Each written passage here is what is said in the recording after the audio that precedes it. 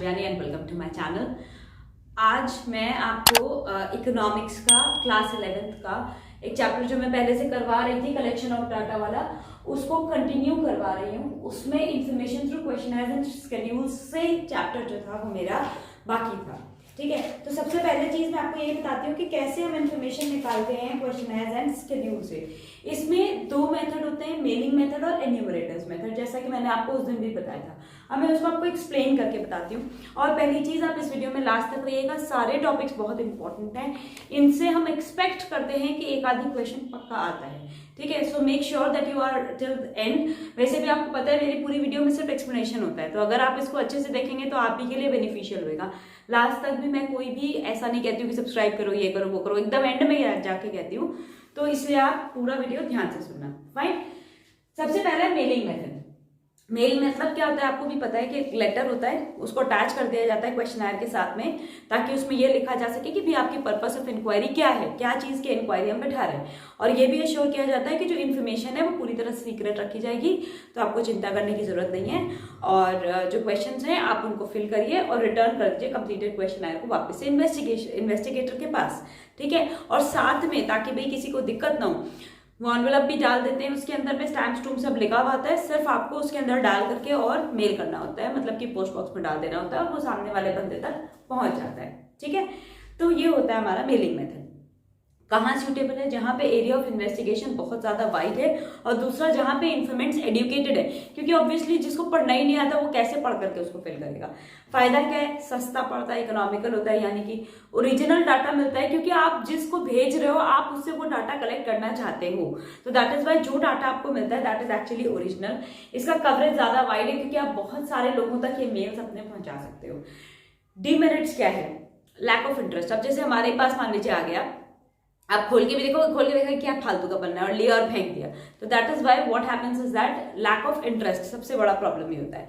Lack of flexibility, क्योंकि मान लीजिए जब क्वेश्चंस है, अगर आपने उसको प्रॉपर्ली रिप्लाई नहीं किया तो आप उसको चेंज नहीं कर सकते हो इन्फॉर्मेशन ऑब्टेन करने के लिए, because you are not there live, आप वहां बैठे नहीं हो उस बंदे के साथ में, तो कैसे पता चलेगा भाई कि उसको समझ आया कि नहीं आया, तो ये भी दिक्कत हो जाती है। फिर इसका लिमिटेड यूज होता है, क्योंकि जो क्वेश्चनर्स होते हैं सिर्फ एजुकेटेड इन्फॉर्मेंट्स कर सकते हैं, उनको ही आंसर करना आएगा और तो किसी को आएगा नहीं, तो फिर कैसे आप इसको आगे फर्दर करोगे। अगर आपको किसी और से इन्फॉर्मेशन निकालनी है तो आप उसको नहीं निकाल सकते हो।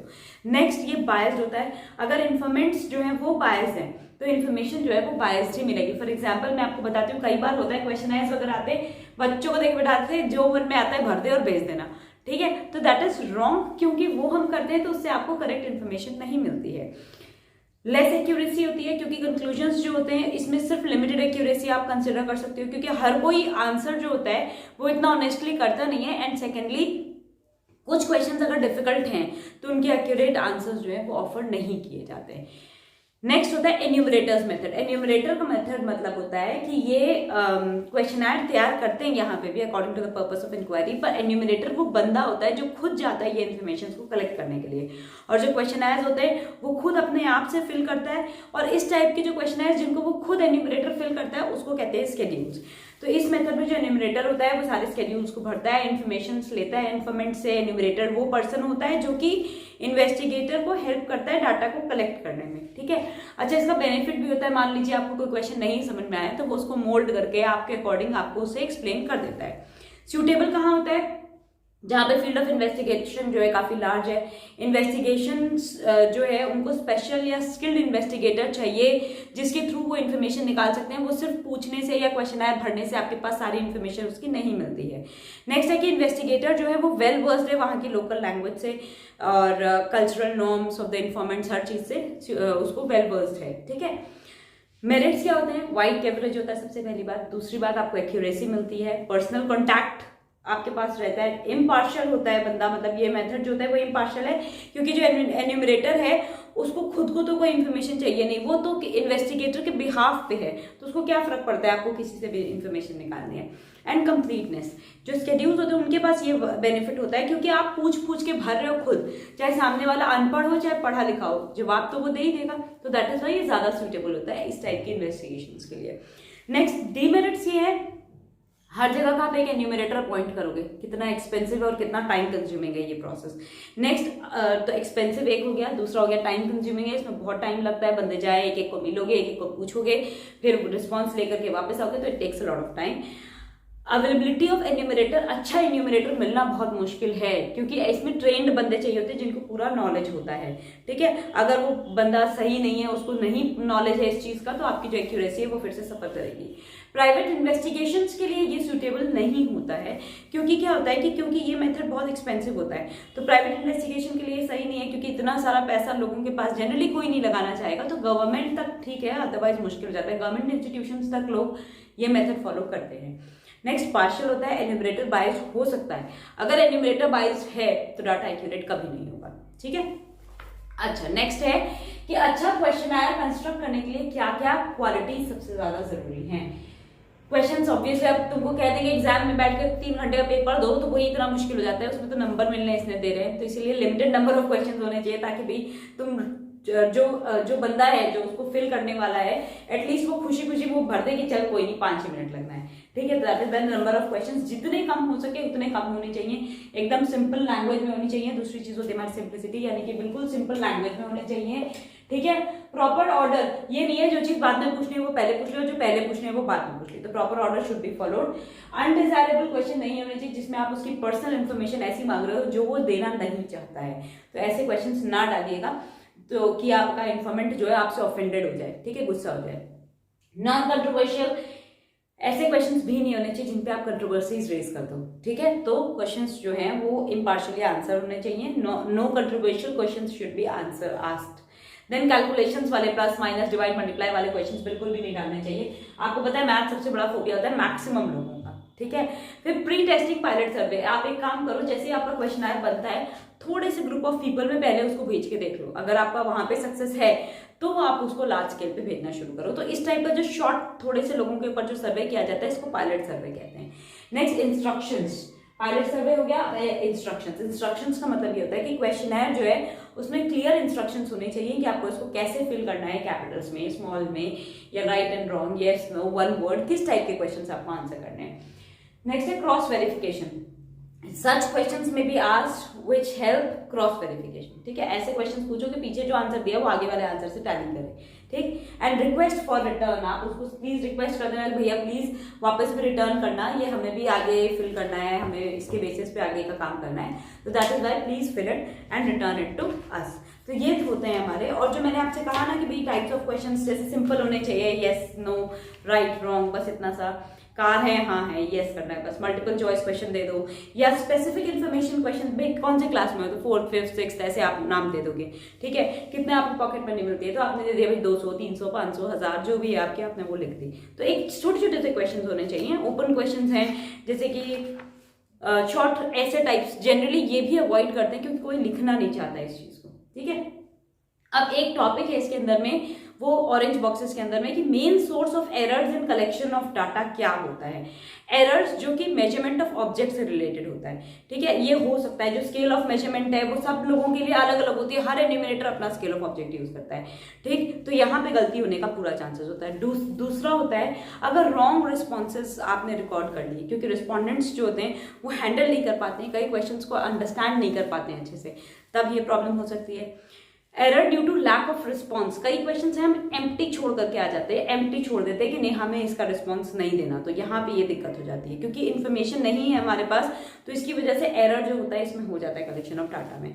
Errors due to miscalculations, इसको अरिथमेटिकल एरर्स कहते हैं। And errors due to communication gap, क्योंकि उसको समझ ही नहीं आया कि आपने पूछा क्या, क्योंकि जो lack of recording of information होने की वजह से जो होता है वो होता है error due to communication gap. So you should know, इसका एक क्वेश्चन जहां तक मुझे लगता है 2 या 3 नंबर का हर बार आता है। नेक्स्ट टॉपिक है हमारा कलेक्शन ऑफ सेकेंडरी डाटा। देखो सेकेंडरी डाटा को कलेक्ट करने के हमारे 2 मेथड्स होते हैं, एक तो होते हैं पब्लिश्ड सोर्सेज और एक होते हैं अनपब्लिश्ड सोर्सेज। पब्लिश्ड सोर्सेज वो होते हैं जो गवर्नमेंट जो अपने पब्लिकेशंस में निकालती है, गवर्नमेंट के जो पब्लिकेशंस होते हैं वो इनके अंदर में आते हैं, जैसे कि minister of central and state government of India जो है वो अलग अलग स्टैटिस्टिकल सर्वेज करते हैं, उनके बेसिस पे जो उन्होंने रिपोर्ट्स निकाली हुई है वो, जैसे कि statistical abstract of India, annual survey of industries, ये एग्रीकल्चरल स्टैटिस्टिक्स क्या है, पॉपुलेशन के स्टैटिस्टिक्स हैं, एम्प्लॉयमेंट के हैं, ये सब चीज़ें इसमें आती हैं। नेक्स्ट है सेमी गवर्नमेंट पब्लिकेशंस। कई जो सेमी गवर्नमेंट बॉडीज होती हैं जैसे म्यूनसिपैलिटीज या मेट्रोपॉलिटन काउंसिल्स और ये सब जो डाटा पब्लिश करती हैं, इनमें वो आते हैं। नेक्स्ट है हमारा report of committees. Report of committee में कौन कौन सा आता है? ये जो सरकार कमेटी नहीं बिठाती है, मोनोपोलीज कमीशन या प्लानिंग कमीशन या फाइनेंस कमीशन, ये कमीशन बैठाए उन्होंने या कोई कमेटी बैठाई है, तो उनके जो रिपोर्ट्स होते हैं ये वो होते हैं यहाँ पे। नेक्स्ट होते हैं publication of trade association. Trade association जैसे कि शुगर मिल्स एसोसिएशन ने मान लीजिए कोई इंफॉर्मेशन पब्लिश करके डाली है, तो हर शुगर मिल वाले जो होते हैं वो उसको यूज कर सकते हैं। नेक्स्ट है report of research institutions. Research institutions जितने भी होते हैं जैसे industrial statistical institute, national council of applied economic research, इन लोगों ने जो भी अपनी इंफॉर्मेशन पब्लिश करवाई होती हैं दे कैन बी यूज्ड, या अलग अलग यूनिवर्सिटीज होती हैं वो भी यूज हो सकती हैं। जर्नल्स एंड पेपर्स, काफी सारे न्यूज़पेपर्स होते हैं, ठीक है, जैसे इकोनॉमिक टाइम्स हो गया, कॉमर्स वाला जो होता है कॉमर्स, फैक्ट्स फॉर यू, ये वाले जो न्यूज़पेपर्स एंड ये वाली जो मैगजीन्स होती हैं इनके अंदर जो इन्फॉर्मेशन आती है वो वाली इन्फॉर्मेशन की यहाँ बात कर रहे हैं। Then publication of research scholars, जो बंदे रिसर्च नहीं कर रहे होते, इंडिविजुअल रिसर्च स्कॉलर्स जो होते हैं, वो लोग जो पब्लिश पेपर्स उनके पब्लिश होते हैं, ये उनकी बात कर रहे हैं कि भी ये वाले जो होते हैं ये भी काफ़ी यूजफुल होते हैं। और इंटरनेशनल पब्लिकेशंस जो WHO, IMF, इन सब की वजह से जो उनके जो हमारे जो आते हैं एक्सेट्रा, ये जितने भी आते हैं इनके जो रिसर्च पेपर्स और जर्नल्स आते हैं यहाँ पे उनकी बात हो रही है। WHO, IMF, ये सब के जो नहीं आते हैं कि ILO, वर्ल्ड बैंक, इनके जो पब्लिकेशंस आते हैं उनकी बात हो रही है। नेक्स्ट है कुछ प्रिकॉशंस होते हैं जो हमें हमेशा ध्यान रखने चाहिए while publishing these secondary data. पहली बात, एबिलिटी ऑफ कलेक्टिंग ऑर्गेनाइजेशन।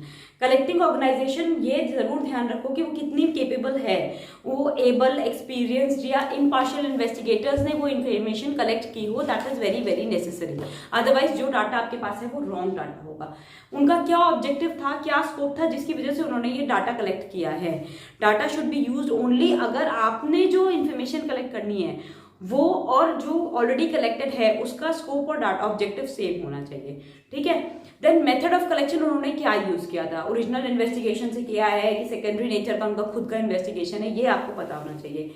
किस समय कलेक्ट किया गया है, किस कंडीशन में, नॉर्मल टाइम था तो इट्स ओके अगर आप नॉर्मल टाइम में कर रहे हो। मान लो जैसे अभी पेंडेमिक चल रहा है तो पेंडेमिक के टाइम की जो इन्फॉर्मेशन होगी वो नॉर्मल टाइमिंग से कभी भी मैच नहीं कर सकती है, या वॉर टाइम की इन्फॉर्मेशन को आप इस समय यूज नहीं कर सकते हो। So it should be peace time and war time, अलग अलग के इन्फॉर्मेशन आपको देंगे। नेक्स्ट है डेफिनेशन ऑफ द यूनिट। उसने जो भी यूनिट्स लिए हैं क्या मतलब है उन यूनिट्स का, भाई 1000 metre square is equal to 1 centimetre ले रहे हो, या आप किस तरीके से उनको ले रहे हो और वो आपके प्रेजेंट स्टडी से मैच कर रहे हैं या नहीं कर रहे हैं, that is again very important. And accuracy हम जरूर चेक करते हैं कि एक्यूरेट, कितना एक्यूरेट है ये data, what is the required degree of accuracy of this data, उसी के बेसिस पे हम इनको आगे बढ़ाएंगे। और जो दो सबसे इंपॉर्टेंट सेकेंडरी सोर्सेज हैं वो है census of India and secondary reports and publications of NSSO यानी कि national sample survey office. Census of India आपको पता है जो गवर्नमेंट है वो सेंसस ऑफ हर 10 साल में सेंसस करती है, मतलब वो पॉपुलेशन की size, various aspect, demographic changes of India में जो भी होता है वो उनको छापती है, उनको पब्लिश करती है। और ये रजिस्ट्रार जनरल पब्लिश कराता है, सेंसस कमिश्नर ऑफ इंडिया और सेंसस कमिश्नर ऑफ इंडिया, ये दो जो होते हैं ये मिलकर के इनको करवाते हैं। इसमें size, growth rate of population distribution, population projections, density of population, sex composition and state of literacy, इन सब चीज़ों की नॉलेज हमको कंप्लीट नॉलेज होती है, ठीक है, रूरल अर्बन हर जगह, हर एरिया की।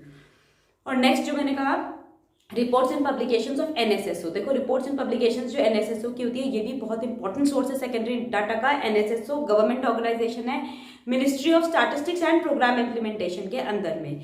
ये जो ऑर्गेनाइजेशन होती है ये रेगुलर सैंपल सर्वेस कलेक्ट करती रहती है, बेसिक स्टैटिस्टिकल इन्फॉर्मेशन को वो कलेक्ट करते हैं और जो कि इकोनॉमिक एक्टिविटी से रिलेटेड होते हैं, और rural as well as urban parts of the country में इनका पूरा ये सर्वे करते हैं, ठीक है। और इसमें क्या क्या चीजें होती हैं, जैसे लाइफ स्टॉक एंड जो लैंड होल्डिंग्स कितनी है किसके पास में, हाउसिंग कंडीशंस कितनी है, माइग्रेशंस कितने हैं, स्पेशल एम्फेसिस में स्लम ड्वेलर्स का दिया जाता है। नहीं तो क्या हमको सपने में देख के समझ में आ रहा है कि स्लम ड्वेलर्स कितने हैं इस समय? ऑब्वियसली इनका सर्वे होता है, इसलिए हमको ये चीज पता है। एम्प्लॉयमेंट एंड अनएम्प्लॉयमेंट स्टेटस क्या है, कंज्यूमर एक्सपेंडिचर इन इंडिया कितना हो रहा है, sources of house hold income कितनी है, ये सब चीजें इससे निकलती हैं। अगेन इसके शॉर्ट नोट्स आ सकते हैं सेंसस एंड एनएसएस के। So make sure that you have learned all these topics. अगर आपको ये पूरा समझ में आ गया है then please do like share and subscribe my channel. अगर आपने नहीं किया है तो ऑब्वियसली सब्सक्राइब करना, वो रेड वाला बटन बगल में वो जो बेल आइकन है घंटे वाला उसको दबाओ ताकि सारे नोटिफिकेशंस आपको टाइम से मिलते रहें। डेली मेरे वीडियोस अपलोड होते हैं, सो मेक श्योर कि आप उनको देखते रहो। और इन केस अगर आपको कोई डाउट है, इस चैप्टर का कोई टॉपिक नहीं समझ में आया, इसके आगे जो क्वेश्चंस दे रखे हैं आप उसको जरूर देखना। इन केस अगर वो भी नहीं आ रहा है कोई भी then please do comment me, मैं आपको नेक्स्ट वीडियो में इनके आंसर जरूर बता दूंगी अगर आपके डाउट्स हैं तो। Okay then, goodbye for today.